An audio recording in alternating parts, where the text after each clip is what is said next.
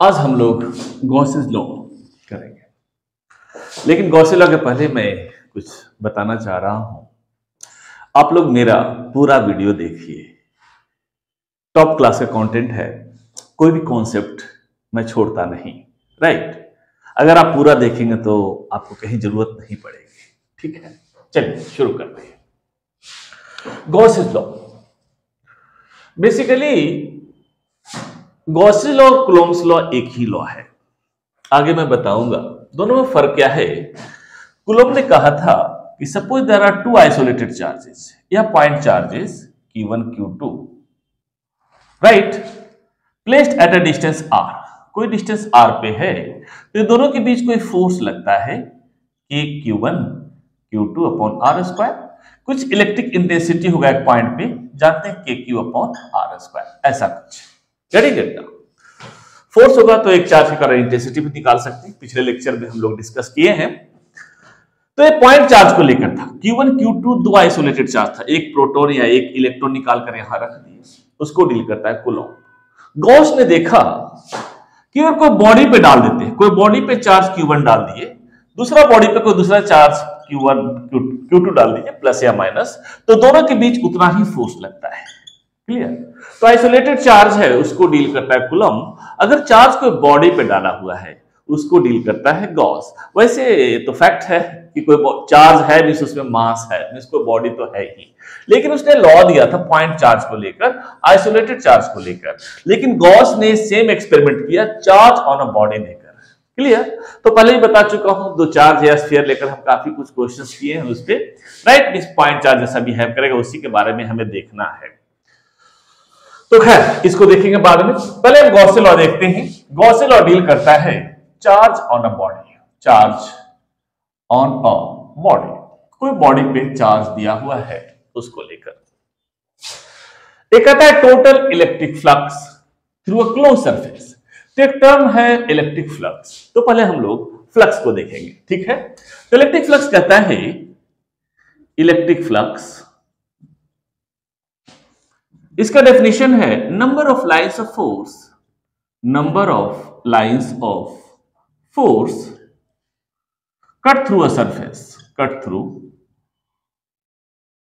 A closed surface, closed surface is electric flux. Electric flux, electric flux कहता है number of lines of force cut through a surface, cut through a close surface. Basically जैसे कोई charge है, lines of force में बताया था पिछले lecture में। लाइंस ऑफ फोर्स क्या है? हाथ है जिसके थ्रू चार्ज पार्टिकल एक दूसरे को पुश या पुल करता है। तो सपोज कोई चार्ज है, एक कोई चार्ज है प्लस क्यू या माइनस क्यू, जो भी कोई चार्ज है, राइट। एक कोई चार्ज है आपका, यहां पे कोई दूसरा चार्ज रखेगा तो अपना हाथ से अट्रैक्ट करेगा, रिपेल करेगा। सिमिलर चार्ज है तो रिपेल करेगा, डिसिमिलर चार्ज है तो अट्रैक्ट करेगा। सो जहां पे भी दूसरा चार्ज रखेंगे अपना हाथ से उसको अट्रैक्ट करेगा, रिपेल करेगा। These hands are called lines of force. इसी को हम लाइंस ऑफ फोर्स बोलते हैं। गेटिंग इट ना? तो बहुत सारे लाइंस ऑफ फोर्स होंगे, बहुत सारे हाथ, जहां पे चार्ज रखेंगे अपना हाथ से उसको पुश करेगा, पुल करेगा। So these are the lines of force. ये आपके बहुत सारे लाइंस ऑफ फोर्स है। तो इलेक्ट्रिक फ्लक्स कहता है number of lines of force cut through a surface is called electric flux. एक क्लोज सरफेस से कितना लाइंस ऑफ फोर्स कट करता है, that is called flux. Flux in general close surface को ही लेकर होता है। जैसे आप कहीं पार्क में बैठे हुए, बारिश बारिश बारिश हो रही है, राइट ना, तो आप ऐसा नहीं करते कि बारिश का फ्लक्स ज्यादा है या कम है। लेकिन घर में बैठे हुए कोई खिड़की से बारिश की बूंदे आ रही हैं, ज्यादा बूंदे आ रही बारिश की तो कहेंगे खिड़की से फ्लक्स ज्यादा है, कम बारिश की बूंदे आ रही तो फ्लक्स ज्यादा है, कम है। क्लियर ना? वैसे सपोज सनशाइन पूरा है, पूरा सनशाइन है, गेटिंग इतना, पार्क में बैठे हुए हैं, ओपन स्पेस में बैठे हुए, तो आप नहीं कह सकते कि लाइट का फ्लक्स ज्यादा है। लेकिन कोई विंडो खुली हुई है, वहां से लाइट की रोशनी आ रही है, अगर बहुत ब्राइटर लाइट है तो कहेंगे लाइट का फ्लक्स ज्यादा है। Getting it? अगर डिम लाइट है तो कहेंगे लाइट का फ्लक्स कम है। तो फ्लक्स हमेशा लेता है कोई क्लोज सरफेस को लेकर। क्लियर? तो यहां कहता है number of lines of force cut through close surface is called electric flux. कोई सरफेस से कितना लाइंस ऑफ फोर्स कट करता है उसी को हम इलेक्ट्रिक फ्लक्स बोलते हैं। सपोज यहां कोई सरफेस लिए इतना बड़ा, यहां से दो हाथ कट किया तो फ्लक्स कुछ होगा। यहां लिए सपोज सरफेस इतना बड़ा है, इसे 4 हैंड्स या 5 हैंड्स या 5 लाइन से फोर्स कट कर फ्लक्स ज्यादा होगा। ए सरफेस लिए इतना बड़ा, इसे और ज्यादा लाइन से फोर्स कट कर रहा है तो फ्लक्स ज्यादा होगा, राइट। ऐसा भी हो सकता है कि एरिया छोटा लिए और इससे लाइन से फोर्स इससे ज्यादा कट कर रहा है या इससे ज्यादा कट कर रहा है तो कहेंगे इससे फ्लक्स ज्यादा होगा। हमें सिर्फ देखना है नंबर ऑफ लाइन से फोर्स कितना कट करता है। सरफेस इसके थ्रू अगर 5 लाइन से फोर्स कट करे तो फ्लक्स कुछ होगा, कोई बड़ा सा सरफेस है इसके थ्रू भी अगर 5 लाइन से फोर्स कट कर रहे हैं तो फ्लक्स उतना ही होगा। गेटिंग इट ना? तो हमें सिर्फ देखना है कितना लाइन से फोर्स कट कर रहा है, एरिया कितना बड़ा है, दैट डजंट मैटर। क्लियर? तो कहते हैं number of lines of force cut through a close surface called electric flux. तो साइंस में कोई चीज के दो डेफिनेशंस होते हैं, एक थ्योरेटिकल डेफिनेशन होता है जिससे उस चीज को हम फील करते हैं और एक होता है न्यूमेरिकल डेफिनेशन जिससे हम डेटा कलेक्ट करते हैं। तो इसका फ्लक्स का वैल्यू क्या होगा? So electric flux through surface या स्मॉल सरफेस ले लीजिए, a small surface of area ds is phi e। Electric flux को हम फाई से रिप्रेजेंट किए, यहां से भी किया, मैं आगे बताऊंगा, इसमें भी तो हम लोग फ्लक्स को ही देख रहे हैं। Phi e is equal to होता है e dot ds vector form में, means that is your e ds cos theta. Getting it? चाहे तो इसको मॉड में ले सकते हैं ऐसा कुछ, e ds cos theta, theta is angle between e and ds, या लिख सकते हैं phi e is equal to e ds cos theta, right? If theta is zero, phi e is equal to e ds, ये mod है, mod हम हटा दिए।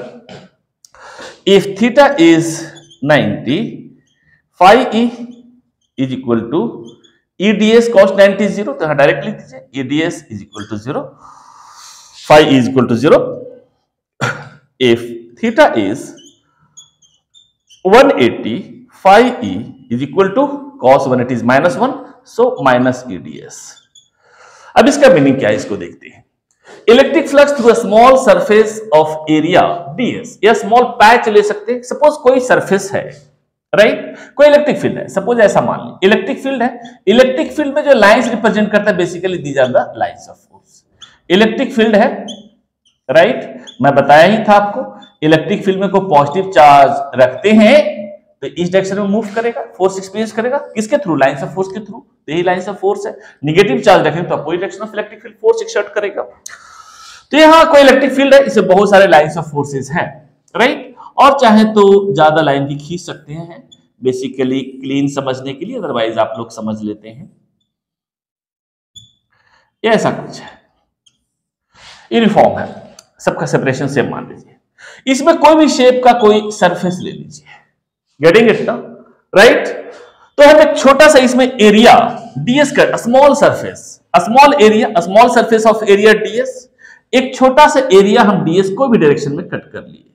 Suppose ये है आपका ds in this direction, this is the direction of ds, right, इस direction में है, और इलेक्ट्रिक फील्ड इस डायरेक्शन में है, राइट। तो इन दोनों के बीच का एंगल जो a है, ये आपका है theta, this is your theta. एक minute, this angle is your theta, यही आपका थीटा है। गेटिंग इट ना? तो ये कहता है जो इलेक्ट्रिक फ्लक्स का मैग्नीट्यूड होगा that is equal to E dot ds, E ds cos theta, जिसको ऐसा भी लिख सकते हैं, this is your theta, right. अगर थीटा इज इक्वल टू 0 करें, ds हम ऐसे बिल्कुल कट करें, इस डायरेक्शन में हम ds कट करते हैं, तो एरिया इस डायरेक्शन में, इलेक्ट्रिक फील्ड इस डायरेक्शन में, तो cos theta cos 0 is 1, so phi is equal to e ds, आपका ऐसा कुछ होगा। अगर ds इधर कट करें हम इस डायरेक्शन में, एक छोटा सा पैच को लेकर मोड़ा, एक छोटा सा पैच है, तो e इस डायरेक्शन में था, theta is 90 degree, so cos 90 0, तो फ्लक्स विल बी 0। अगर हम ds इस डायरेक्शन में कट करते हैं, suppose this is the direction of ds, तो इस डायरेक्शन में एरिया लेंगे तो theta is 180 degree, electric field इस डायरेक्शन में है, तो माइनस ए ds। इससे एक चीज और क्लियर होता है, कोई सरफेस से लाइंस ऑफ फोर्स बाहर निकलना पॉजिटिव फ्लक्स का वैल्यू देता है, तो कोई सरफेस के अंदर लाइंस ऑफ फोर्स एंटर करना नेगेटिव फ्लक्स का वैल्यू देगा। Clear. Means total electric field में कोई भी बॉडी रखेंगे तो टोटल इलेक्ट्रिक फ्लक्स हमेशा जीरो होगा, क्योंकि जो परपेंडिकुलर डायरेक्शन में हो तो जीरो है ही, तो जितना लाइंस ऑफ फोर्स एंटर करेगा, right, that will be negative flux, बाहर निकलेगा that is your positive flux. Means total flux will B zero and flux is a scalar quantity, it is the dot product of two vectors, area and electric field. ये तो छोटा सा patch को लेकर है। Suppose ये जो surface है पूरा का एरिया सपोज आपका एस था या ए मान सकते हैं, तो पूरा सरफेस से कह सकते हैं electric flux through whole surface phi E is equal to कितना होगा। अब देखिए टोटल कोई सरफेस ऐसा है, लाइंस ऑफ फोर्स ऐसे जा रहा है, तो सपोज इस डायरेक्शन में अगर हम डीएस कट करते हैं तो 10 hands 10 lines of force cut कर रहे हैं। इधर कुछ एंगल पे किए तो सपोज 6 हैंड कट किए, इधर से किए तो सपोज कोई भी हैंड्स या कोई भी लाइंस ऑफ फोर्स कट नहीं कर रहा। क्लियर ना। तो सबको छोटे छोटे डीएस पार्ट में अगर डिवाइड कर दे, राइट, तो variable lines of force pass करेगा, राइट, सेम एरिया से, तो फ्लक्स विल बी डिफरेंट, हर पैच के through flux will be different. तो इस केस में कह सकते हैं total electric flux equal to E dot ds, जहां ई एरिया अगर कांस्टेंट है तो ई वेरिएबल है, दोनों वेरिएबल हो सकता है, दोनों कांस्टेंट भी हो सकता है। तो इसको अगर इंटीग्रेट करें तो कह सकते हैं ई डॉट ds का इंटीग्रेशन, या लिख सकते हैं that is equal to mod of ds cos theta का इंटीग्रेशन। ऐसे सरफेस एनसर्कल कर देते हैं, इसको एनसर्कल करने का मीनिंग है सरफेस को इंटीग्रेट कर दिए हम। Implies you can write here phi E is equal to E ds cos theta, right. ये पूरा सरफेस का हो गया। अब इंटीग्रेट करना है तो ऐसा कर दो, ये सर्कल का मतलब होता है पूरा सरफेस को इंटीग्रेट किया। क्लियर। ये आपका है इलेक्ट्रिक फ्लक्स। अब हम लोग गॉस लॉ देखते हैं। गॉस लॉ कहता है total electric flux through a close surface, कोई सरफेस से लाइंस ऑफ फोर्स कितना कट कर रहा है, that is electric flux, is equal to 1 upon epsilon times the total charge enclosed by the surface, that is phi is equal to 1 upon epsilon times q या q upon epsilon naught लिखते हैं। ऐसा क्या है, आपने तो देखा phi is equal to total electric flux through whole surface e ds cos theta of integration, clear ना। लेकिन अगर कहें तो इस केस में गॉसेस ने कहा कि कोई चार्ज के कारण, ये तो है कि इलेक्ट्रिक फील्ड में रखा हुआ है तो ऐसा होगा। अगर इलेक्ट्रिक फील्ड में अगर लाइंस ऑफ फोर्स में कोई सरफेस रखा हुआ तो इलेक्ट्रिक फ्लक्स ई ds cos थीटा होगा। कोई भी शेप का बॉडी हो सकता है, सरफेस हो सकता है। तो गॉसेस का कहना था कि कोई चार्ज को के कारण आप इलेक्ट्रिक फ्लक्स निकालना चाहते हैं। ये तो था इलेक्ट्रिक फील्ड में, इलेक्ट्रिक लाइंस ऑफ फोर्स के बीच अगर कोई बॉडी रखा हुआ है तो टोटल फ्लक्स कितना होगा, ई ds cos थीटा। उसने कहा अगर चार्ज के कारण निकालना हो तो उसने एक स्टेटमेंट दिया और कहा कि 1 अपॉन एप्सिलॉन, जो चार्ज है उसके एप्सिलॉन से डिवाइड कर दें तो फ्लक्स के बराबर होगा। तो है क्या एग्जैक्टली, इसी को हमें देखना है। गॉस का कहना था कोई चार्ज के कारण हम फ्लक्स निकालना चाहते हैं, तो चार्ज के कुछ लाइंस ऑफ फोर्स होंगे, हाथ होंगे जिसके थ्रू दूसरा चार्ज को पुश या पुल करेगा।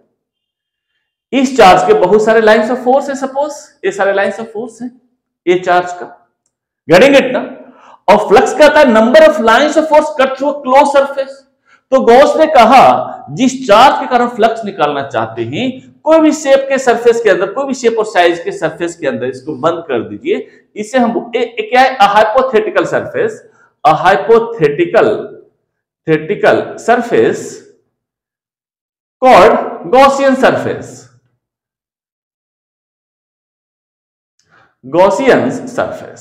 तो गॉस का कहना था जिस चार्ज का फ्लक्स निकालना चाहते हैं तो उसके कुछ हैंड्स होंगे, कुछ लाइंस ऑफ फोर्स होंगे, तो उस चार्ज को कोई माना हुआ सरफेस के अंदर बंद कर दीजिए, हाइपोथेटिकल सरफेस के अंदर बंद कर दीजिए। कोई भी शेप और साइज का सरफेस आप ले सकते हैं, राइट। गॉसियन सरफेस कोई भी शेप और साइज, क्योंकि फ्लक्स ही कहता है क्लोज सरफेस के लिए, तो कहता है जिस चार्ज के कारण फ्लक्स निकालना चाहते हैं उसको कोई भी शेप और साइज के गॉसियन सरफेस के अंदर बंद कर दीजिए, राइट। और जो चार्ज बंद किए थे, राइट, उसको इप्सिलॉन से डिवाइड कर दीजिए, that is equal to phi. Electric flux that is E ds of integration के बराबर होगा। ये आपका गॉस लॉ है, क्लियर। इस पे हम क्वेश्चन देखकर क्लियर कर लेते हैं। इस पे क्वेश्चन है A point charge is placed at the center of a Gaussian spherical surface. कोई Gaussian spherical surface है, Gaussian spherical surface, कोई spherical surface ले ली, उसके सेंटर पे एक चार्ज। मैं बताया कि Gaussian surface कोई भी शेप और साइज का ले सकते हैं हम, क्लियर था? ये सपोज spherical surface क्वेश्चन में कहता है, तो spherical क्यों लिया, कोई पर्टिकुलर शेप हम क्यों लेते हैं, उसको भी आगे हम डिस्कस करेंगे। अभी देख लीजिए, a point charge placed at the center of a Gaussian spherical surface. How does electric flux affected when, right? Flux कैसे अफेक्ट करेगा when a sphere is replaced by a cylinder of same volume? ये जो sphere के अंदर बंद था, अगर Gaussian spherical surface cylinder ले लिया तो बेसिकली फ्लक्स के हमारे पास तीन डेफिनेशंस हैं। फर्स्ट डेफिनेशन कहता है lines of force cut through a surface, एक डेफिनेशन हमारा एक कहता है। दूसरा डेफिनेशन कहता है phi E is equal to E dot ds of integration, right. Third या EDS cos theta of integration, surface integration. Third कहता है phi E is equal to Q upon epsilon naught A. ये आपके पास तीन definitions हैं electric flux के। तो पहला डेफिनेशन कहता है कि स्फेरिकल गॉसियन सरफेस के सेंटर पे है, sphere is replaced by cylinder of same volume. अब सिलेंडर ऑफ सेम वॉल्यूम में हम इसको डाल दिए, अब गॉसियन सरफेस ऐसा ले तो क्या फर्क पड़ेगा। जब स्फीयर था तो चार से कितने लाइंस ऑफ फोर्स स्फीयर से कट कर रहे थे, इतना गेटिंग इट ना। अगर ये सिलेंडर ले ले, स्फीयर की जगह पे सिलेंडर ले लिए सेम वॉल्यूम का, गेटिंग इट, तब भी उतना ही लाइंस ऑफ फोर्स कट करेगा। तो ये डेफिनेशन को सेटिस्फाई करता है। Number of lines of force cut through a surface, कितना लाइंस ऑफ फोर्स एक क्लोज सरफेस से कट करता है वही इलेक्ट्रिक फ्लक्स होगा। गॉसियन सरफेस हम कोई भी शेप और साइज का ले सकते हैं, मैं यहां बता चुका था, क्लियर है। इसे क्लियर हो गया कि स्फीयर के अंदर जितना फ्लक्स था सिलेंडर के अंदर उतना ही फ्लक्स होगा। सो ए पार्ट का आंसर होगा phi E is not affected, phi E is not affected, getting it, clear. दूसरा से भी अगर देखें, सॉरी पहले थर्ड देख लेते हैं। थर्ड कहता है phi equal to Q upon epsilon naught. जो चार्ज बंद है गॉसियन सरफेस के अंदर उसके एप्सिलॉन से डिवाइड करते हैं, तो स्फीयर के अंदर भी चार्ज क्यू ही था तो Q upon epsilon not, cylinder के अंदर भी चार्ज वही है तो क्यू अपॉन एप्सिलॉन नॉट। इसमें आपको लग सकता है कि एरिया चेंज कर रहा है, E into ds cos theta या ई इंटू एस ले लीजिए। ds प्लस अगर थीटा 0 है तो ds plus ds equal to S मान सकते हैं। सपोज ई इंटू एस है, यहाँ एरिया चेंज कर रहा है। तो कोई भी इक्वेशन किसी का डेफिनेशन होता है जब डिपेंड करता है कि दो वेरिएबल को छोड़कर सारा टर्म कांस्टेंट होगा। यहां फ्लक्स एरिया के, यहां एरिया तो चेंज कर रहा है लेकिन phi E proportional to area कब होगा, जब इलेक्ट्रिक फील्ड कांस्टेंट हो। यहां इलेक्ट्रिक फील्ड कांस्टेंट नहीं है, यहां पे इलेक्ट्रिक फील्ड ले तो इस डायरेक्शन में है tangent to the lines of force, यहां पे इलेक्ट्रिक फील्ड ले तो कांस्टेंट सॉरी इस डायरेक्शन में है, राइट। यहां पे इलेक्ट्रिक फील्ड ले तो इस डायरेक्शन में, यहां पे इलेक्ट्रिक फील्ड चेंज कर रहा है, this is not constant. A term आपका कांस्टेंट नहीं है, means phi proportional to S भी नहीं होगा, एरिया नहीं होगा। मींस अगर दोनों वेरिएबल है तो दोनों का वेरिएबल कांस्टेंट हो सकता है and that is equal to Q upon epsilon naught, clear, ठीक है ना। अब आगे देखते हैं B part. A sphere is replaced by cylinder of different volume. Suppose पहले वॉल्यूम v था, ट्वाइस वॉल्यूम का सिलेंडर ले लिए तब भी चार्ज उतना ही बंद है। So B part is phi E is not affected, again phi is not affected. Third part कहता है charge is placed from centre to anywhere inside the sphere. अगर सपोज कोई स्फीयर के सेंटर पे चार्ज q था तो इसके lines of force 1 2 3 4 5 lines of force या हैंड्स इतने लाइंस ऑफ फोर्स कट कर रहे थे। इस चार्ज को यहां से यहां ले आए तब भी उतने ही लाइंस ऑफ फोर्स कट करेंगे, क्योंकि lines of force electric field extends up to infinity, तो लाइंस ऑफ फोर्स तो इंफिनिटी तक एक्सटेंड करेगा। तो again phi E will not affected. Next कहता है charge is placed outside the sphere. पहले चार्ज इसके अंदर था चार्ज q, अब इस चार्ज को बाहर ले लिए तो गॉसियन सरफेस के अंदर चार्ज 0 होगा तो q upon 0 q upon epsilon naught, so d becomes 0। अब देखते हैं E part. A second similar charge is placed inside the sphere. पहले चार्ज q था, यहां पे एक चार्ज q था तो इसके 5 लाइंस ऑफ फोर्स कट कर रहे थे, 5 हाथ। एक और चार्ज q ले आए तो और भी 5 10 हाथ, number of lines of force बढ़ जाएगा तो फ्लक्स बढ़ जाएगा, या चार्ज बढ़ जाएगा तो फ्लक्स बढ़ जाएगा। Again flux will be twice. F part देखते हैं। A second similar charge placed outside the sphere. इसके अंदर चार्ज Q था और एक चार्ज बाहर रख दिया, तो इसका तो फ्लक्स से कोई फर्क नहीं पड़ेगा, तो phi E is not affected. Phi E is not affected. Next कहता है a charge is replaced by an electric dipole. एक चार्ज को हम इलेक्ट्रिक डायपोल से रिप्लेस कर देते हैं। पहले चार्ज Q था तो लाइन ऑफ फोर्स कुछ था, एक प्लस चार्ज है और डायपोल जानते हैं, दूसरा हम माइनस चार्ज ले लिए separated by a small distance, तो नेट चार्ज बिकम्स जीरो, तो फ्लक्स विल बी जीरो। या कह सकते हैं प्लस चार्ज के कारण लाइन ऑफ फोर्स आउटवर्ड है तो माइनस चार्ज के कारण इनवर्ड होगा, तो एक में फ्लक्स पॉजिटिव होगा तो दूसरा नेगेटिव होगा, तो नेट फ्लक्स इस केस में होगा zero. So these are the answers. इससे आपका इलेक्ट्रिक फ्लक्स समझ में आ गया होगा। क्लियर? अब आगे कुछ देखते हैं।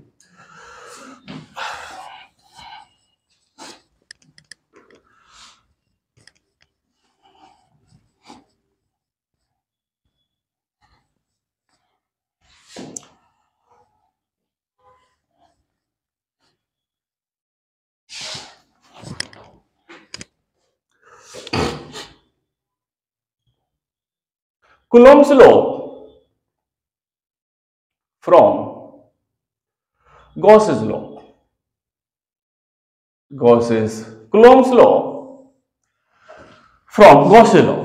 Gauss's law से हम Coulomb's law डिराइव कर सकते हैं, ठीक है ना। सपोज कोई चार्ज के कारण हम इंटेंसिटी या फोर्स Coulomb's law निकालना चाहते हैं, इलेक्ट्रिक फील्ड निकालना चाहते हैं।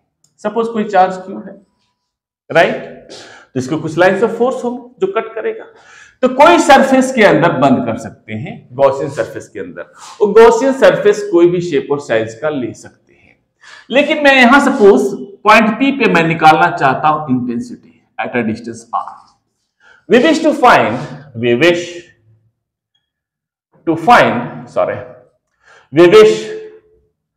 to find intensity at point P point पे इंटेंसिटी निकालना चाहते हैं, गेटिंग इट? तो जिस पॉइंट पे इंटेंसिटी निकालना है उसके चारों ओर गॉसियन स्फेरिकल सरफेस हम ड्रॉ करेंगे, ठीक है, राइट। अब आप क्वेश्चन रेज कर सकते हैं कि हम स्फेरिकल क्यों लिया।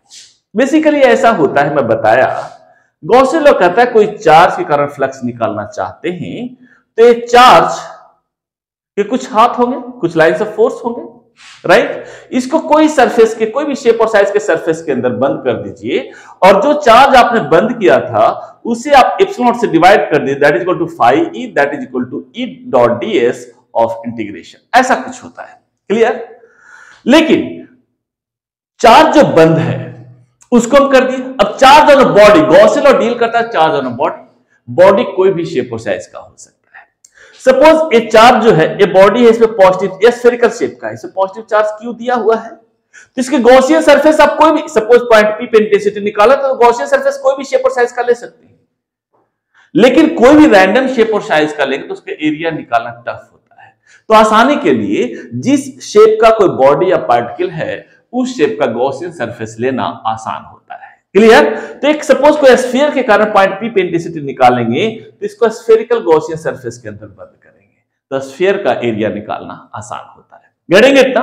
वैसे कोई सिलेंडर है तो सिलेंड्रिकल गॉसियन सरफेस लेंगे, तो जिस शेप का कोई बॉडी या पार्टिकल है उस शेप का गॉसियन सरफेस लेने से कैलकुलेशन आसान होता है। अदरवाइज ट्रायंगल के अंदर, रेक्टेंगल के अंदर बंद करके दिन भर कैलकुलेट करते रहिए, आपका आंसर आ जाएगा, क्लियर? तो ये चार्ज Q के कारण हम पॉइंट P पे स्ट्रेंथ निकालना चाहते हैं, राइट। तो इसको एक स्फेरिकल गॉसियन सरफेस के अंदर बंद कर दिए। क्यों? क्योंकि चार्ज है, charge A form of a point and point is a form of a sphere, एक स्फीयर का पार्ट है, राइट। पॉइंट एक स्फीयर का एक छोटा सा पार्ट है, इसलिए इसको गॉसियन सरफेस के अंदर हम बंद कर दिए। आप प्रिज्म के अंदर बंद कर सकते हैं, आप क्यूब के अंदर बंद कर सकते हैं, कैलकुलेट कीजिए, लेंदी होगा, क्लियर ना। लेकिन याद रखिए, हमें तो आंसर चाहिए आसानी के लिए, जिस शेप का कोई पार्ट के लिए बॉडी है हम गॉसियन सरफेस उसी शेप का लेंगे। तो ये था। अब यहां सपोज ds कट करते हैं इस डायरेक्शन में, तो इसका जो लाइंस ऑफ फोर्स होगा इसी डायरेक्शन में निकलेगा, इलेक्ट्रिक फील्ड इसी डायरेक्शन में होगा। यहां कट करेंगे ds तो इलेक्ट्रिक फील्ड इसी डायरेक्शन में होगा। जहां ds कट करेंगे इसका हाथ वहीं से पास करेगा इस तरह से, इलेक्ट्रिक ds इस डायरेक्शन में है तो इलेक्ट्रिक फील्ड भी इस डायरेक्शन में होगा। तो कह सकते हैं electric flux phi e is equal to E ds cos theta cos 0 theta is 0। हमेशा जहां पे भी कट करेंगे ds और e का डायरेक्शन सेम होगा, so theta becomes 0, that is equal to e dot e into ds। आप ऐसा भी लिख सकते हैं ds plus ds is 4 pi r square, ऐसा लिख सकते हैं। और phi is equal to Gauss law से होता है q upon epsilon naught, so e is equal to 1 upon 4 pi epsilon naught into q upon r square. यही electric field आपका कूलॉम्स लॉ से भी आता था। क्लियर? मींस ए पॉइंट p है जहां पे हम स्ट्रेंथ निकालना चाहते हैं। अगर इस पॉइंट पे कोई चार्ज q डैश रख दिए तो पॉइंट p पे फोर्स एक्सर्ट करेगा। So force experienced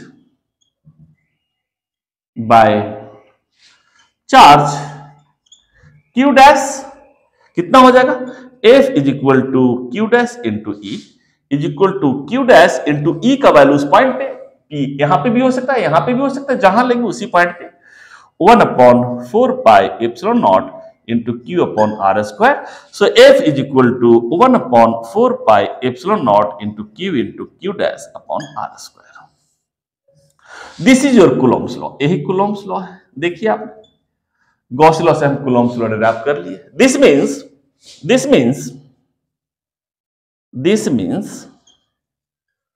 Coulomb's law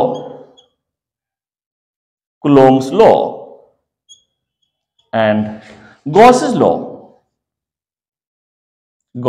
law are not two independent laws,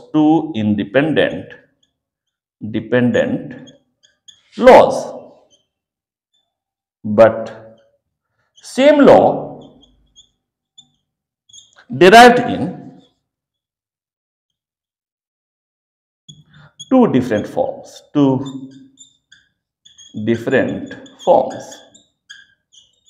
ठीक है ना? इसका मतलब कि कूलॉम्स लॉ और गॉस लॉ दो अलग अलग लॉज नहीं है, एक ही लॉ दो डिफरेंट फॉर्म में है। फर्क यही है, जब आइसोलेटेड चार्ज पॉइंट चार्ज हो तो उसको डील करता है कूलॉम, और चार्ज को बॉडी पे डाल दिए तो उसको डील करता है गॉस। आज यहीं तक।